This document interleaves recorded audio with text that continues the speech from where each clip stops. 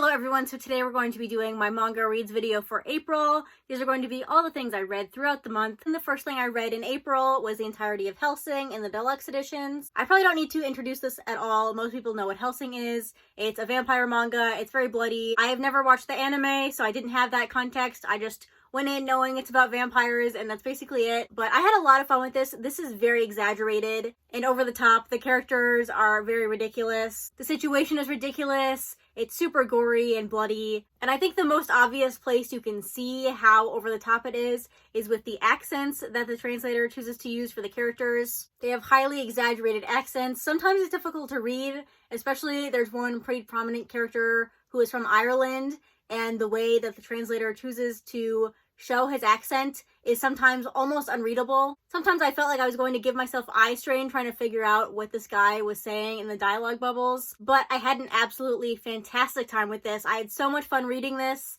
I really love the horror elements, especially the body horror. And I believe it's cosmic horror. I'm not an expert on all these different genres of horror, but to me, I think that's what cosmic horror is. Especially in the second omnibus, I felt like that was when I appreciated the horror the most. Also, I didn't think having these oversized deluxe editions was going to affect my reading experience at all, but it definitely enhanced it. Being able to see these big spreads that are highly detailed in these big giant books was really helpful and definitely made me enjoy what I was reading more. And basically that's all I can say about this. I had a ton of fun with it.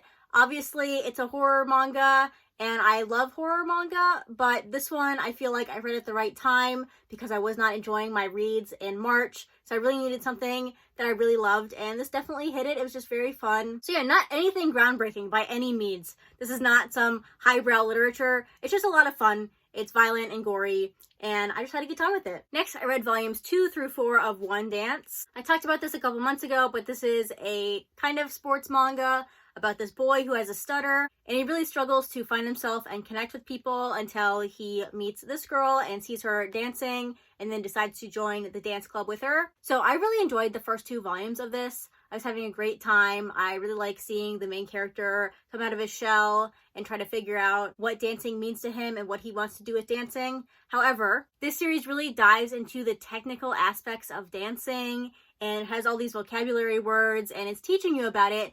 I just don't care about that. And normally in a sports manga, it doesn't matter if I don't care about the sport, but I just become really uninterested when those parts are happening here.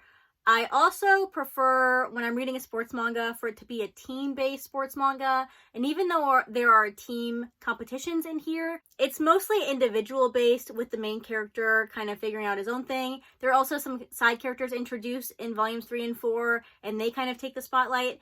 And while that's fine, I just definitely prefer team-based sports manga. So I think I just need to rewire my brain to think of this as just a music manga or something like that instead of a sports manga, because I'm putting all these expectations on it and it's not meeting them, and then I'm disappointed even though that's not what it's trying to do. I also would prefer some more focus on Wanda here. We get a lot of focus on our main character and all these characters he's meeting on his journey to figure out what he wants to do with himself. But in the meantime, I feel like we're kind of losing some focus on our main girl character here. I'm sure that will be addressed in the future, and I'm by no means thinking of dropping this at all. I'm just a little disappointed with volumes 3 and 4, but for the most part, I'm still enjoying it. It will probably be a while until I read more of this, but maybe this is when I should read volume by volume, so I'm not reading all these technical aspects all at once. I'm not sure. But yeah, those are my thoughts on this. I'm interested to see where it goes from here. The next manga I read, definitely so far, has been the best read of the month. I'm not sure there's going to be a manga that was better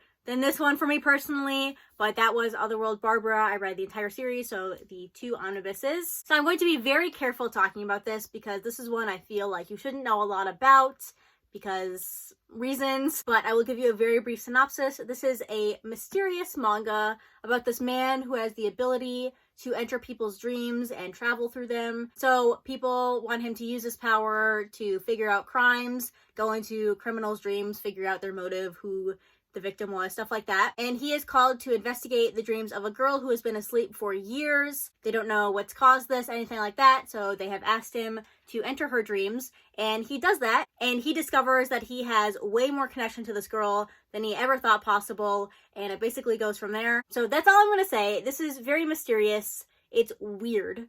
It's eerie. It also takes place in the future, about 100 years from now, 125 years. And I really appreciated that. I really liked that. I love sci-fi manga. I liked seeing these sci-fi elements in here. Obviously, you have the fact that the main character can enter people's dreams, and there are other similar powers like that. There's also the theme of fatherhood in here. The main character is a father, but he doesn't have a great relationship with his son, and we explore that through this manga as well. But what I loved about this manga is just how mysterious it is. I couldn't stop reading the first volume. It's so eerie, and you don't know what's happening. Every chapter kind of adds this new element that keeps you reading, keeps you invested in the story. Yeah, this is one of those manga I describe as very weird, and I describe it that way because it is very weird, but that means that many people might not like it for that aspect. It's not straightforward. I don't think I've read a manga quite like this. I have read novels that are similar to this, but I don't think I've ever read a manga that tackles these topics, or at least not in this way. And once again, I'm sounding too vague, but this one, I really feel like I can't talk about anything in it because it will spoil things. But I did absolutely love this. I'm very excited to read more of Moto Hagio's works. I have read her one-shot Little Leo. I didn't care for that very much at all. This could not be any more different. I absolutely love this. If this doesn't end up in my top 10 reads of the year, I will be shocked. Right now, I think it's sitting at number 2, and I just had a great time with it. I'm excited to reread it in the future to see what else I can get from it. And yeah, I don't know what else to say about this without giving away too much of the plot, but if you have any questions, go ahead and leave those down in the comments and I'll answer it to the best of my ability. But this is one I would highly recommend. Obviously, these are pretty big volumes, they're pretty pricey, and the story is not going to be for everyone, so definitely do a little bit of research if you're thinking of picking it up, but I absolutely loved it. And the last thing I'm going to be talking about in this section of the video is Nameless Asterism. I read all 5 volumes. This is basically a love triangle manga between these 3 girls. Each one of them likes the other one in a actual love triangle. And that's basically the story. Some of them know about the other's feelings, some of them don't know about the other's feelings. It's basically them trying to figure out if they want to confess their feelings or if they want to keep their friendship and what are the consequences of that, etc., etc. So I thought this was very okay. It definitely didn't need to be on my TBR for as many years as it was. I definitely could have unhauled it and I wouldn't have missed anything. But my main issue with this is not a fault of the series, it's just my own thing. I just cannot care about middle school relationships. There is nothing interesting about that to me. I can barely make myself care right now about high school relationships. So middle school relationships, I'm sorry, I just don't care. So I can't become invested if I don't care about the characters and want to see where they go. To me, it just all seems like middle school drama, which is what it is. And I think it actually does a great job of showing middle school drama, especially these 3 girls. When something happens or there's conflict between 2 of them, it basically all explodes. And as someone who was once a middle school girl, that feels very familiar. So I don't think I have any criticism of the portrayal of middle schoolers. I just don't care about the relationships of a middle schooler. I don't care about what's going to happen to them. I've also read some reviews of this saying it was rushed. I didn't feel like it was rushed at all. I actually felt like volumes 3 and 4 dragged on too much. There was too much focus on some of the side characters, like this character's brother and another male character. I feel like the manga could have been a lot more well-rounded if those characters didn't get as much focus, because it introduced too many plot lines and things. But as for the actual ending, the final volume, I thought it was fine. I've seen lots of people saying that this manga was axed. To me, it didn't feel like it was axed. And what I'm going to say now is technically a spoiler, so if you're dead set on reading this, then go ahead and skip to the next timestamp. I will be holding this up the whole time, so you can skip to the next section. But I feel like anytime I read a manga where the romance elements are not wrapped up, I read reviews and people say, oh, I was so disappointed by this. They chose to focus on the friendship. The romance didn't go anywhere. I don't care about that. I would rather the romance not go anywhere and these girls choose to focus on friendship, especially since it does take place in middle school. Why does it matter that the relationships don't go anywhere, that there's no romance? They're middle schoolers. It's not like that's going to last. I feel like the ending of this was perfectly fine. I didn't have any complaints about the ending. The only complaints I had were the premise of it and the fact that there were side characters who didn't need as much focus as they were getting. That's basically it. So I thought this was fine. Definitely never going to reread it, so I'm going to unhaul it. But I wouldn't say it was a waste of time to read, but probably not something I'm going to remember 6 months down the line. So I'm glad I read it so I can get it off my TBR, but not something I loved or is memorable at all. Alright, next I read Doll Volumes 1 through 6, the complete series.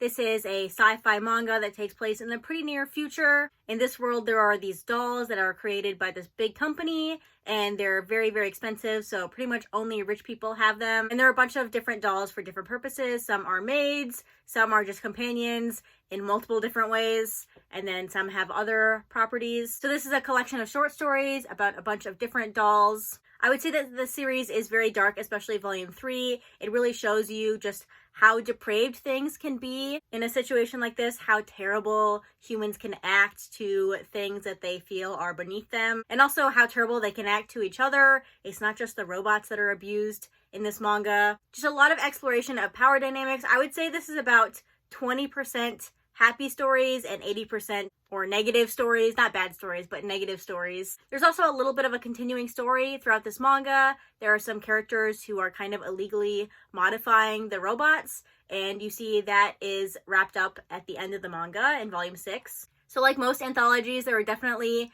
some stories in here that were better than others, but I definitely enjoyed the collection. I liked the exploration, the different relationships, the power dynamics that were occurring here. I'm definitely interested in reading more of Mitsukazu Mihara's works. I already purchased a couple of her one-shots, so we'll see what I think of those. But yeah, definitely one I enjoyed. I know this is basically out of print since it was in Right Stuff's print-on-demand thing, and they're not doing that anymore. So if you can get your hands on it, I recommend it, but I wouldn't say that you need to be spending a ton of money to read this. It was good for what it was, and I really love robots, obviously, so I definitely liked this manga. Next, I read volumes 2 through 5 of Oshi no Ko on the Manga Plus app. This is volume 1, but it's the only volume I have, so I'll just show this to you. I'm not going to say too much about this because everyone is talking about this, but I'm going to be a little bit of a dissenting opinion here.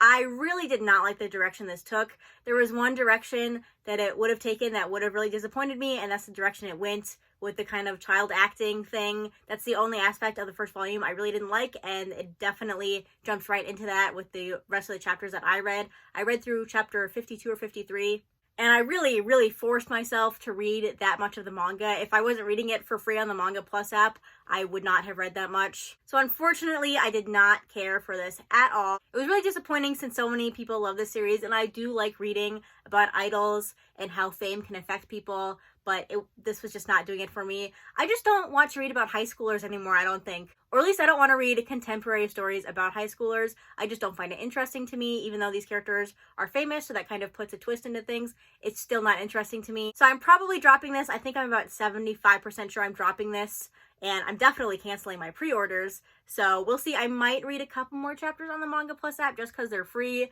but I don't think I'm going to be hauling any more of this. I'm going to be unhauling this first volume. And after that, I participated in the one-shot readathon hosted by Marguerite's Manga and Bizarre Individual, and I read 17 one-shots in my collection. I'm obviously not going to be talking about every single one of these because I'll be here for the next 3 days, but I will talk about my 3 favorites. Those were not in any order, by the way. They were just the way I stacked them, so I didn't drop them all on the floor. I also unhauled 2 other volumes. I tried to read them, and I didn't get very far through them. So that knocks 19 volumes off of my one-shot TBR, which is about half of the unread one-shots I had. So I'm definitely happy with that. I should focus more on reading more of my one-shots because they are super easy to read. So my top 3 reads of the readathon, these are also not in any particular order. They're just the order I read them, actually, I think. No, that's not even in that order. It's just whatever order I picked them up. But the first one was my Broken Mariko. And I'm really only going to go over these very briefly. But this one, I really appreciated the anger that you can see because our main character is grieving over the loss of her friend. I felt like the art really portrayed her anger very well. It was very dynamic. You could really feel how upset she was. Her grief was really raw and definitely affected me while I was reading. I also just really enjoyed reading a manga about female friendship. There's also a side story in this volume that was definitely weaker, but I really only judged it on the main story since the side story was just to fill out the pages. So yeah, definitely appreciated this one, and I will reread it in the future for sure. The next standout of the one-shot readathon was Mermaid Scales in the Town of Sand. I made that poll in my TBR jar video for no reason because I ended up reading both picks, but this is a story about a young girl who moves to a new town with her father after her mother abandons them, basically. And she has been to this town before when she was a child, and she remembers being saved from drowning by a merman. So now she wants to figure out if she actually experienced that or if it was just a dream or something made up by her 4-year-old mind. So I definitely loved the art in this. I feel like the negative space was used very well. It's an art style I would describe as quiet, I suppose, and I really feel like that fit the setting of this story. Since it does take place in small town Japan, I really enjoy reading manga about that setting because you can really see the effects of urbanization and how all the young people are leaving. There's all of these older people existing in the town and upkeeping it. So I really like stories that explore that quiet aspect of small town Japan, and this does that very well, and the art complements that. I also really appreciated the complicated feelings this little girl has in her life. She's missing her mother, obviously, because she was just abandoned by her. She's also experiencing this new town that she hasn't lived in before, so she's making new friends in her school, and there's some conflict there, obviously, but I think the aspect of that I appreciated the most was her relationship with her father. But she does kind of find it difficult to connect with her father because I believe she was closer to her mother, but now she's living in this new place with her father, and I don't think he really knows how to connect with her, and she doesn't know how to connect with him, and they're obviously missing. There's big dynamic with the mother being gone, and the whole time she's trying to figure out this mystery of the mermaids and the people in the town, if they're hiding something from her. And yeah, I definitely enjoyed this one. I liked the quietness of it, and it was just a solid read. And the last volume I'm going to talk about here, I don't even know why this was one of my favorite reads, but it's Danza or Danza. I don't know how to pronounce it. I should have looked it up before I started this video, but it's by Natsume Ono. This is just a collection of short stories showing a bunch of different relationships between fathers or father figures, between brothers, between acquaintances. And yeah, nothing groundbreaking here.